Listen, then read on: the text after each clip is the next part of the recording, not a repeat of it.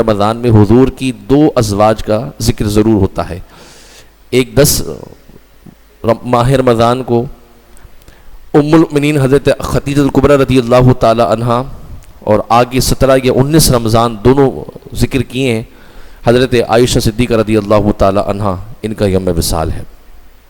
قرآن مجید میں سورۃ الاحزاب کی آیت نمبر 6 میں اللہ تعالی ارشاد فرماتا ہے النبی الاولیٰ بالمؤمنین من انفسہم وازواجہ امہاتہم. یہ نبی مسلمانوں کی جان سے زیادہ مالک ہیں اور ان کی بیویاں ان کی مائیں ہیں.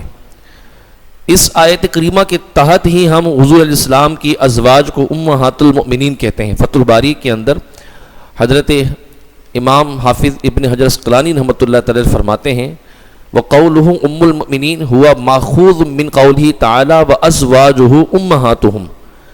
جو قرآن مجید میں اللہ نے کہا نا کہ یہ مومنوں کی مائیں ہیں، اس لفظ سے ہم ام المؤمنین کا لفظ ذکر کرتے ہیں، یعنی مومنوں کی ماں، یا امہات المؤمنین یعنی مومنوں کی مائیں. تمام ازواج کو امہات المؤمنین کہا جاتا ہے. یہ ان کے شرف و منزلت کے مقام کی حیثیت تھی. یعنی جس طرح مفسرین فرماتے ہیں کہ جس طرح ایک مرد اپنی ماں سے نکاح نہیں کر سکتا، اس کے بارے میں ذہن میں برا تصور نہیں لا سکتا، اس کے لیے اپنی خواہشات کو نہیں رکھ سکتا، اس کا ذہن میں تصور ہی نہیں آئے گا کہ میں اپنی ماں کے ساتھ نعوذ باللہ کچھ غلط کر سکوں. یہ اس کی تکریم کی بات ہے، یہ اس کی مقام اور حیثیت کی بات ہے.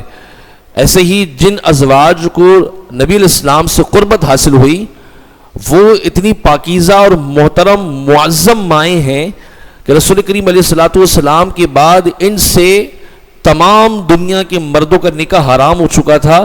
تو اس احترام و تکریم کی بنیاد پر اللہ تعالیٰ نے ان ازواج مطہرات کو امہات المؤمنین کا لفظ دیا، یعنی مومنوں کی وازواج امہاتہم کا خطاب دیا کہ یہ مومنوں کی مائیں ہیں. نبی علیہ السلام کی وصال ظاہری کے بعد ان سے نکاح کرنا حرام تھا. کوئی نکاح نہیں، کسی نے نکاح نہیں کیا، نکاح ہو بھی نہیں سکتا تھا. اللہ کے نبی نے اللہ رب العالمین نے حرام فرما دیا تھا. بلکہ قرآن کریم کی ایک آیت کریمہ سورۃ الاحزاب ہی کی آیت ہے، آیت نمبر 56 میں تو یہاں بھی فرمایا کہ اگر تم ان سے نکاح کا، یعنی رسول اللہ کی وصال ظاہری کے بعد ان سے نکاح کرنے کا ذہن میں کوئی شبہ بھی لاتے ہو یا کسی کو بتا بھی دیتے ہو، تو اللہ تعالیٰ تمہاری اس بے ادبی پر کہ امہات المؤمنین کے بارے میں تم نے ایسا تصور کیا ہے، تو اللہ تعالیٰ سختی سے تم پر جو ہے وہ عذاب نازل فرمائے گا. اللہ پاک تم پر سختی سے تم سے پیش آئے گا. تو تصور کرنے کا بھی منع کر دیا تھا. یہ اتنی پاک عورتیں، خواتین تھیں، اور اللہ تعالیٰ نے کلام مجید میں ان کی عظمت کو بیان فرمایا.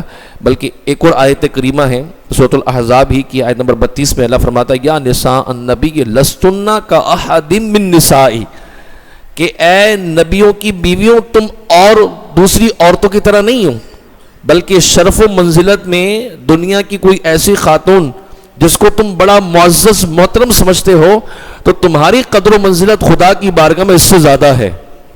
جس کائنات میں اگر کوئی ایسی عورت بھائی بڑی محترم ہے، جس کو بھی جس رتبے میں رکھا جائے، تو اللہ پاک فرماتا ہے اس معزز خاتون سے بڑھ کر بھی تمہارا مقام